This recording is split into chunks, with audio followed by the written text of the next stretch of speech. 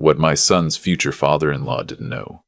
When he stood up at that rehearsal dinner, tapped his wine glass, and announced to 60 people that my family was charmingly blue-collar, was that his name was on a deed of trust sitting in my filing cabinet at Callaway Capital Group. I had approved that loan myself 4 years earlier. I remembered his signature. Neat, precise. The signature of a man who believed paperwork was beneath him, but signed it anyway because he needed the money. I didn't say anything that night. I just picked up my water glass, took a slow sip, and smiled at my son across the table. Daniel gave me a look I recognized. The same look he'd given me at 12 years old when I told him to be patient with a difficult teammate. Trust me, that look said. I know, I smiled back. Not yet. My name is Robert Callaway. I am 63 years old.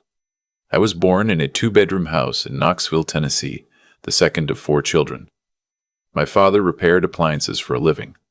My mother cleaned houses 3 days a week and sang in the church choir on Sundays. We were not poor in the way that leaves scars, but we were careful with money the way people are when there is never quite enough of it. I learned to stretch a dollar before I learned long division. I knew the difference between what things cost and what they were worth before I finished high school. I put myself through the University of Tennessee on a partial academic scholarship and 2 part-time jobs. I graduated with a degree in finance and $4,200 in savings. I moved to Charlotte, North Carolina with a used Buick and 1 good suit. I took an entry-level position at a regional bank, processed loan applications for 3 years, learned everything I could about commercial lending, and then spent the next decade building relationships that most people in my position never bothered to build. By the time I was 40, I had enough capital and enough trust from enough people to open my own firm. Callaway Capital Group started with 6 employees in a rented office above a dry cleaner on Tryon Street. By the time Daniel got engaged, we had 4 offices, 61 employees, and a portfolio that included commercial real estate loans across 7 states. I did not talk about this often. I drove a sensible truck. I wore flannel on weekends. I coached youth baseball for 11 years. When people asked what I did for work, I said I was in finance and left it there. I had learned a long time ago that the people worth knowing don't need to be impressed. And the people who need to be impressed are rarely worth knowing. Daniel was 31 when he met Melissa Hargrove at a conference in Atlanta. He called me that same evening, which was unusual for him. He was not an impulsive person, and said, "Dad, I met someone. I think she's the one." I asked him 2 questions. Does she make you laugh? Does she make you better? He said yes to both, without hesitating. I told him to bring her to Thanksgiving. Melissa was everything Daniel had described, and a few things he hadn't. She was warm and direct and genuinely funny. She asked me about my work with real curiosity, listened to the answers, and pushed back thoughtfully when she disagreed with something I said about interest rate policy. She helped clear the table without being asked and talked to my sister Margaret for an hour about gardening. I liked her immediately and completely. Her parents were a different introduction. Jeffrey and Claudia Hargrove drove down from their home in Buckhead, the expensive part of Atlanta, in a silver Mercedes that Jeffrey mentioned twice within the first 10 minutes of arriving. He was tall, carefully dressed, and had the particular manner of a man who spent his entire adult life in rooms where everyone already knows who he is. He ran a commercial real estate development company that his father had founded. He had not founded it himself, but he spoke about it with the full ownership of someone who believed inheritance was the same as achievement. Claudia was quieter than Jeffrey, but not warmer. She smiled at the right moments, said the right things, and managed to communicate a complete assessment of my living room, the furniture, the art on the walls, the view from the window, with a single slow glance that she probably thought I didn't notice. I noticed. Dinner was pleasant enough on the surface. Jeffrey talked about a resort development project in coastal Georgia. I asked a few questions. He answered them with the slightly elevated patience of someone explaining things to a person who probably couldn't fully follow. I followed completely. I did not say so. At one point, he asked me in the tone people use when they already believe they know the answer, "So, Robert, what is it you do exactly?" "Finance," I said. He nodded slowly. "Banking?" "Something like that." "Commercial or personal?" "Commercial mostly." "Lending?" "Among other things." He smiled the smile of a man who had just filed me under a category he was comfortable with. "Good, honest work," he said, and then he turned to tell Daniel about a golf course he'd played in Scottsdale. I caught Melissa watching her father with an expression that told me this was not new behavior. She gave me a small, apologetic look. I shook my head slightly, "Don't worry about it," and passed the sweet potatoes to Margaret. Over the next 8 months, as the wedding plans developed, I saw the Hargroves a dozen times. Each time, Jeffrey was a variation on the same theme. He called me Bobby after I had introduced myself as Robert 3 times. He talked over me in group conversations. He referred to Callaway Capital as Robert's little lending operation, to a group of his friends at a birthday party for Melissa. Loud enough for me to hear, but quiet enough to deny. When Daniel and Melissa announced they'd be looking at houses in the Charlotte area, Jeffrey suggested, with a laugh that invited everyone else to laugh too, that with Robert's background, the young couple might want to look into the starter home market. Daniel was not laughing. He looked at me across the room with something behind his eyes that I recognized as the specific anger of a son watching his father be disrespected. I gave him the same look I'd given him at Thanksgiving. Wait. I want to be clear about something. I did not dislike Jeffrey Hargrove because he was wealthy or successful. I had worked alongside wealthy and successful people my entire career, and the majority of them were decent human beings who had earned what they had and treated others accordingly. I disliked Jeffrey because he had decided within the first 20 minutes of meeting me exactly what I was and exactly what I was worth, and he had never once reconsidered that assessment despite ample evidence that it deserved reconsideration. That kind of certainty, in my experience, is not confidence. It is laziness dressed in expensive clothes. The rehearsal dinner was held at a restaurant in Midtown Charlotte that Claudia had selected. It was a beautiful room and a good meal, and I was genuinely happy to be there, surrounded by people who loved my son. I sat at the head table with my sister and my brother-in-law and tried to focus on the joy of the occasion rather than the company of the man 3 seats down who had already, in the parking lot, introduced me to his business partner as Dan's dad. He's in banking. Jeffrey stood up about 45 minutes into the dinner. He tapped his glass. The room quieted. He spoke about Melissa with real affection, and I respected that. He spoke about his hopes for the marriage. He made a joke about Daniel that was actually funny, and then he paused, looked around the room with the comfortable authority of a man who has never doubted his place in any room, and said, "I know the Callaway family comes from simpler roots than ours, and I mean that as a compliment. There's something refreshing about that kind of honest, humble background. Melissa is marrying into a good, salt-of-the-earth family, and we're glad to have them." 60 people heard that.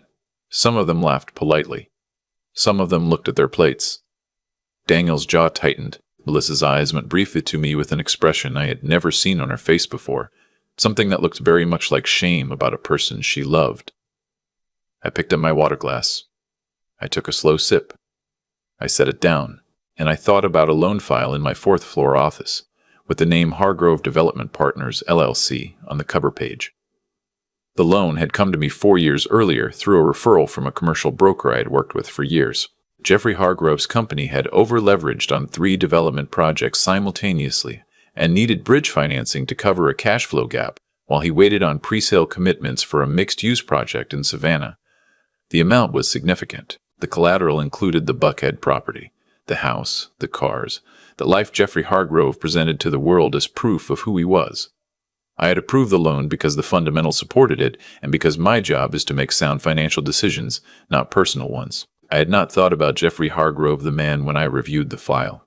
I had thought about cash flow projections and collateral ratios and exit strategies. The loan had performed adequately, not perfectly. There had been a 6-month period, 18 months ago, where payments had come in late enough to trigger internal review flags. Nothing that required action, but enough that the file was not clean. The morning after the rehearsal dinner, I drove to my office before 6. My assistant Teresa wasn't in yet. I made my own coffee, went to my office, and pulled the Hargrove file. I sat with it for a long time. I read every page. I looked at the current position, the payment history, the covenant compliance reports. Then I sat back in my chair and looked out at the Charlotte skyline for a while. Let me tell you what I was thinking, because I want to be precise about this. I was not thinking about revenge. I was not angry in the way that makes people do reckless things. What I was thinking about was my son. I was thinking about 60 people in a restaurant who had just been told that Daniel Calloway came from simple, humble, lesser stock.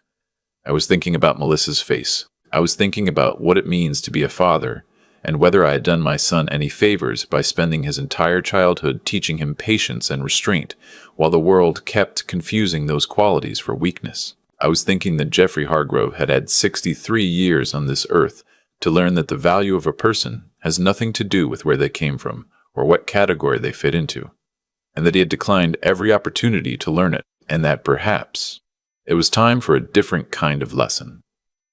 I called my senior loan officer, a careful and experienced woman named Patricia, at 8 o'clock. I told her I wanted a full covenant compliance review on the Hargrove file. Routine, I said. She said she'd have it to me by end of week. The wedding was on a Saturday in October. It was beautiful.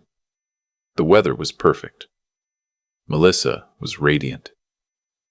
Daniel looked at her the way I used to look at his mother, before I lost her, and there was a moment during the ceremony when the minister said, "You may now," and Daniel took both of Melissa's hands before he kissed her, that I had to press my thumb and forefinger against the bridge of my nose and breathe carefully through it. At the reception, Jeffrey found me at the bar.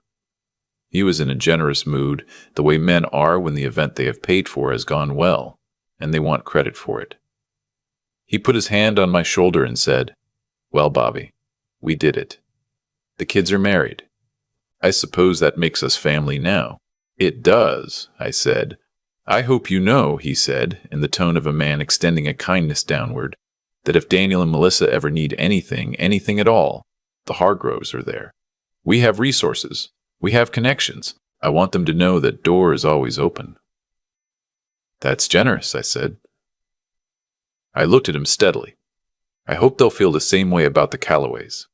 He smiled at me the way you smile at someone whose feelings you are managing rather than sharing. "Of course," he said, and went to find someone more interesting to talk to. Patricia's covenant review landed on my desk the following Tuesday. It was thorough, as Patricia's work always was, and it confirmed what I had expected. The Hargrove file had 3 technical covenant violations over the past 20 months. Minor individually, collectively significant. Under the terms of the loan agreement, technical violations of this nature entitled Callaway Capital Group to request a remediation meeting, demand corrective documentation, or, in the case of persistent non-compliance, accelerate the loan. I read the report twice. I thought about it for 3 days. I talked to no one about it, not even my brother-in-law Frank, who knew most of my business and all of my mind. This was not a business decision I wanted anyone else's fingerprints on.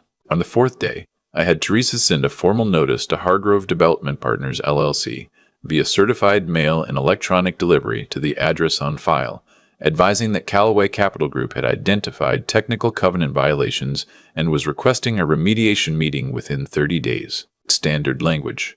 Professionally worded. Nothing that could be characterized as anything other than a lender doing its job. I received a call from Jeffrey Hargrove's personal cell phone 11 minutes after the electronic notice landed. I let it go to voicemail. His message was not pleasant. I called him back the next morning. I waited until 9:30, which is when I am settled and clear-headed, and least likely to say anything I would regret. "Jeffrey," I said, "thanks for calling back. What the hell is this, Robert?" The first time in 8 months that he had called me by my actual name. I noted it. "It's a standard covenant compliance notice," I said. Patricia's team identified 3 technical violations in the Hargrove file. I wanted to address them before they became something more serious. This is unbelievable. We just had a wedding, Robert. Our children just got married. And you're sending my company legal notices?" "I run a lending firm," I said. "When a loan has compliance issues, I address them. That's true regardless of who the borrower is. Do you have any idea what this looks like? What this could do to our banking relationships if this gets out?" I said nothing for a moment. Then, carefully, "Jeffrey, I've been in this business for a long time, I know exactly what a covenant compliance review looks like. It looks like a lender doing his job. Nothing more. There was a long silence. When he spoke again, his voice had changed. The authority had thinned. What exactly are you asking for? A meeting, I said. Your financial team, my team. We review the violations, discuss a remediation plan, make sure everyone is in alignment going forward. That's all. And if I arrange that meeting, this goes away? If the remediation plan is satisfactory, the file returns to standard monitoring status. Yes. Another silence. When? 2 weeks, I said. My office or yours? Your preference. He chose his office in Atlanta. I understood why. He wanted the home field. I had no objection. The meeting was on a Thursday. I drove down the night before and stayed at a hotel near Piedmont Park. I ate dinner alone at a quiet place I like near the Beltline. I had the salmon and a glass of Pinot Noir and read a novel for 2 hours and went to bed at 10. Jeffrey's office was in a tower in Buckhead. The lobby was all glass and marble. His assistant offered me coffee and water and addressed me as Mr. Calloway with the careful courtesy of someone who had been briefed. I declined the coffee and waited. Jeffrey came out to meet me himself, which told me something. He was dressed impeccably, as always. But there was something in his posture that I had not seen before. A slight contraction around the shoulders. The posture of a man who has had a week to think about the dimensions of a situation he had underestimated. He shook my hand. He looked me in the eye. He said, "Robert, thank you for coming down." "Of course," I said. We went into the conference room. His CFO and general counsel were already there. My own attorney, a sharp and experienced woman named Diane who had been with me for 12 years, was seated to my left. Jeffrey looked at Diane with the particular look of a man recalibrating. We spent 90 minutes going through the file. Jeffrey's team was professional and well prepared. Diane was, as always, precise and thorough. The violations were documented. The remediation path was clear. By the end of the meeting, we had a written agreement outlining corrective steps, reporting requirements, and a timeline for return to standard monitoring status. As his CFO and Diane gathered papers at the end of the table, Jeffrey looked at me across the conference table with an expression I hadn't seen on his face in 8 months of knowing him. He looked like a man who was trying to solve a problem that kept revealing new dimensions. "You approved this loan yourself," he said. It was not a question. "I did," I said. 4 years ago. "Yes." He was quiet for a moment. "I didn't know that." "No," I agreed. "You didn't." He looked at the table. Then at me. "Calloway Capital," he said slowly, as if hearing the name for the first time. "Your name." "Yes." I watched him process the full scope of it. The loan, the portfolio, the 6 employees above the dry cleaner that had become 61 employees across 4 offices, the man he had dismissed as Daniel's salt-of-the-earth banking father. I did not help him with the processing. I let him do it at his own pace. "Robert," he said finally. His voice was different now. Quieter and more careful than I had ever heard it. "I owe you an apology." "You owe my son one," I said. Not unkindly, but clearly. He blinked. Yes, I suppose I do." "Jeffrey," I said, and I want to be honest about the fact that I had thought about what I was going to say here for most of the drive down from Charlotte, because I wanted to say it correctly. I didn't come down here to embarrass you or damage your business. This meeting happened because your file required it, and because addressing it was my professional obligation. But I also want to say something to you as Daniel's father, not as your lender." He nodded. He was listening in the way he had never listened to me before. My father fixed washing machines for 31 years. My mother cleaned other people's houses. They gave me everything they had, including the understanding that a person's worth is not a function of their address, or their portfolio, or the car in their driveway. I have tried to give my son the same understanding, and I would very much appreciate your help in making sure that as he starts this marriage, in this new family, he is never made to feel that where he came from is something to apologize for. Jeffrey Hargrove looked at me for a long time, and I will say this for him.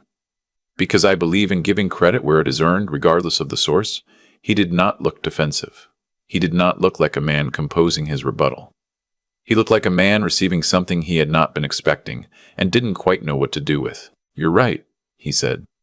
"What I said at the rehearsal dinner, the way I said it, that was wrong. I've been telling myself it was just a joke, just a way of speaking. But you're right, it wasn't." "I appreciate you saying that. I'll call Daniel," he said. "This week, I'll make it right with him. That's all I'm asking." Diane and I walked out to the parking garage together. She waited until we were in the elevator before she said anything. Then, she looked at the elevator panel instead of at me and said, "When did you know he didn't know you owned the firm?" "First Thanksgiving," I said. She nodded slowly. "And the covenant review, when did you request that?" "The morning after the rehearsal dinner." She looked at me then. There was a complicated expression on her face that moved through several things before settling somewhere between professional respect and something more personal. "Robert," she said, "that was either the most disciplined thing I've ever seen or the coldest." "Possibly both," I said. She laughed, once, and shook her head, and we walked out to our cars. Jeffrey called Daniel 4 days later. I know because Daniel called me the evening after, confused and slightly undone by it. His father-in-law had apologized. Genuinely, Daniel said, the way you know when it's genuine and can't exactly say why. He'd said he had misjudged me. He'd said he was proud to have Daniel in the family and that he'd been handling that wrong. Daniel wanted to know what had happened at the meeting in Atlanta. "We worked through some paperwork," I said. "Dad." "It was a business meeting, son, Dad." He mentioned Callaway Capital. He called it significant. He seemed, I don't know, like he'd found out something. "We had a productive conversation," I said. "I think he's a man who responds well to clarity." There was a pause. "Did you do something?" I thought about it. "I did my job," I said. And I said some things that needed saying. Another pause, longer. "Thank you," he said. His voice was the voice of a 31-year-old man, and also, underneath it, the voice of that 12-year-old, and I had to press my thumb and forefinger to the bridge of my nose again. "That's what I'm here for," I said. In the months that followed, I will not pretend that Jeffrey Hargrove and I became close friends. We are not close friends.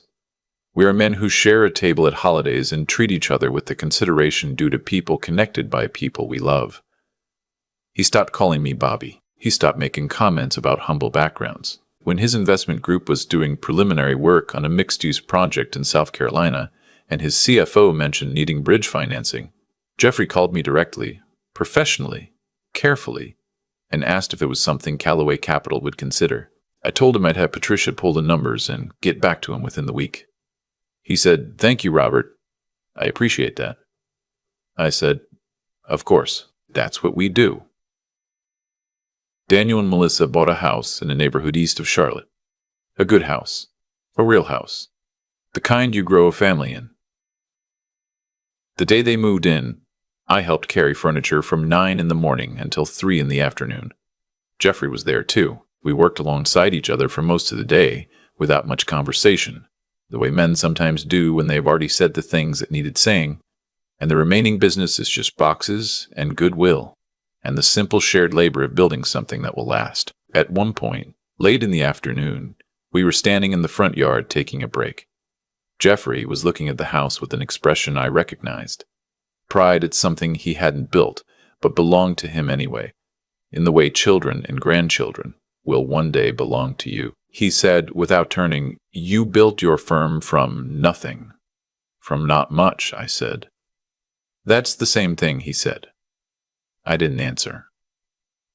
We stood there looking at my son's house in the late October light, and after a while one of us went inside to help with something. And that was that. I think about my father sometimes when I'm in a moment I know he would have wanted to see. He died before Daniel was born. A quiet man who fixed things for a living and never once suggested that this was anything less than exactly enough. I think about what he would have made of that Thursday in Atlanta, sitting across a conference table from a man in a Buckhead office tower, watching that man recalibrate his understanding of who my father had raised. I think my father would have laughed, a small, satisfied laugh, the kind that doesn't need an audience. There is a kind of power that announces itself constantly because it is afraid that if it falls silent, no one will believe in it. And then there is another kind entirely, the kind you build slowly, in rooms no one is watching, with people who trust you because you have earned that trust over years, and you don't carry it loudly because you don't need to. You already know it's there. You have always known. Jeffrey Hargrove stood up in a restaurant in Charlotte and told 60 people that my family came from simpler stock. He wasn't entirely wrong. We did, and everything I am, everything I built, everything my son carries with him into the life he is building with the woman he loves, it came from that stock. Every last bit of it. I am 63 years old. My name is on the door of a firm I built from nothing, in a city that didn't know me when I arrived, with a son who makes me proud every day of my life. I would not trade a single piece of it for all the smooth condescension in Buckhead, not for any price.